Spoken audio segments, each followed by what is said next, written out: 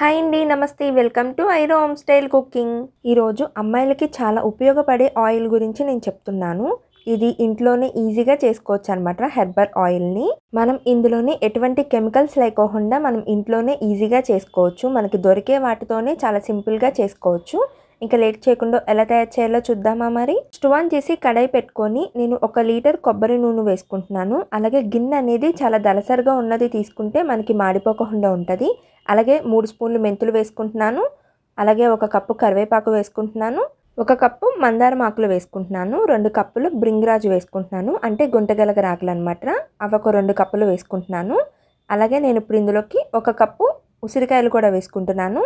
1 cup aloe vera తీసుకొని side edges మొత్తం కూడా పీల్ తీసేసిన తర్వాత మిక్సీ జార్లో వేసుకొని మెత్తగా గ్రైండ్ చేసుకుంటున్నాను. ఇప్పుడు గ్రైండ్ చేసుకున్నది కూడా మళ్ళీ ఆయిల్లో వేసుకుంటున్నాను. అలోవెరా కూడా వేసుకున్న తర్వాత మొత్తం అన్నీ వేసుకున్నాం కదా. ఇప్పుడు గరిటెతోని మొత్తం అంతా కూడా బాగా కలుపుకుందాము. మంట అనేది మీడియం ఫ్లేమ్లో పెట్టుకొని మొత్తం అంతా కూడా బాగా కలుపుకుందాము. ఆయిల్లో బాగా మునిగేదాకా మొత్తం అంతా కూడా బాగా కలుపుకుంటూ ఉంటే మనకి ఆయిల్ అనేది చాలా పర్ఫెక్ట్గా చాలా బాగా వస్తుంది. చూసారు కదా, ఆయిల్ అనేది ఉడుకుతుంది కదా. మంట మాత్రం మీడియం ఫ్లేమ్లో పెట్టుకొని ఇదంతా చేసుకోవాలి. చూసారు కదా, బాగా ఉడుకుతుంది కాబట్టి ఒకసారి మొత్తం అంతా కూడా బాగా కలుపుకుందాము. లేదంటే కింద అడుగంటేస్తుంది. మధ్య మధ్యలో కలుపుకుంటూనే ఉండాలి.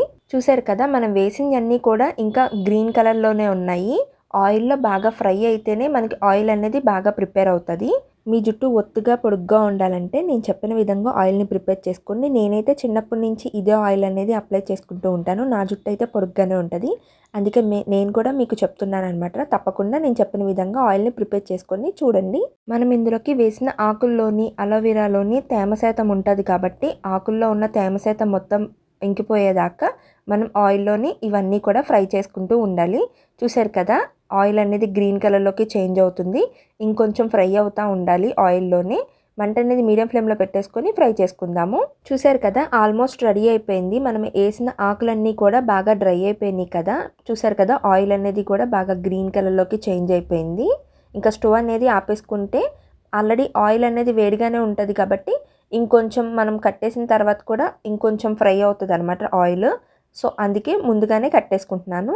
ఆయిల్ అనేది బాగా చల్లారిన తర్వాత మనం ఫిల్టర్ చేసుకుంటే మన హెర్బల్ ఆయిల్ అనేది మనకి రెడీ అయిపోతుంది.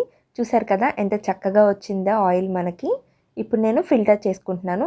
ఏదైనా క్లాత్ తీసుకొని ఆయిల్ మొత్తం అందులో వేసుకొని అయినా ఫిల్టర్ చేసుకోవచ్చు. లేదంటే నేను చూపిస్తున్న విధంగా కూడా ఫిల్టర్ చేసుకోవచ్చు. చూసారు కదా, మనకి హెర్బల్ ఆయిల్ అనేది రెడీ అయిపోయింది. న్యాచురల్గా మనం ఇంట్లోనే చేసుకోవచ్చు అనమాట. మా మమ్మీ నాకు చిన్నప్పటి నుంచి కూడా ఈ ఆయిల్ని ప్రిపేర్ చేసి ఎప్పుడు పెడతానే ఉంటుంది. అందుకే నా హెయిర్ అనేది చాలా పొడుగ్గా ఉంటుంది. అందుకే మీరు కూడా తప్పకుండా ఒకసారి ఇలా ట్రై చేయండి. మీకు మంచి రిజల్ట్ అనేది ఉంటుంది. అంతేనండి, simple and easy natural herbal oil అనేది రెడీ అయిపోయింది. తప్పకుండా ఇలా ట్రై చేయండి ఒకసారి. మా వీడియోస్ ఎవరైనా కొత్తగా చూస్తున్నట్టయితే ఛానల్ని సబ్స్క్రైబ్ చేసుకొని పక్కన ఉన్న బెల్ ఐకాన్ని క్లిక్ చేయండి. మా నోటిఫికేషన్స్ మీకు వస్తాయి. Thanks for watching.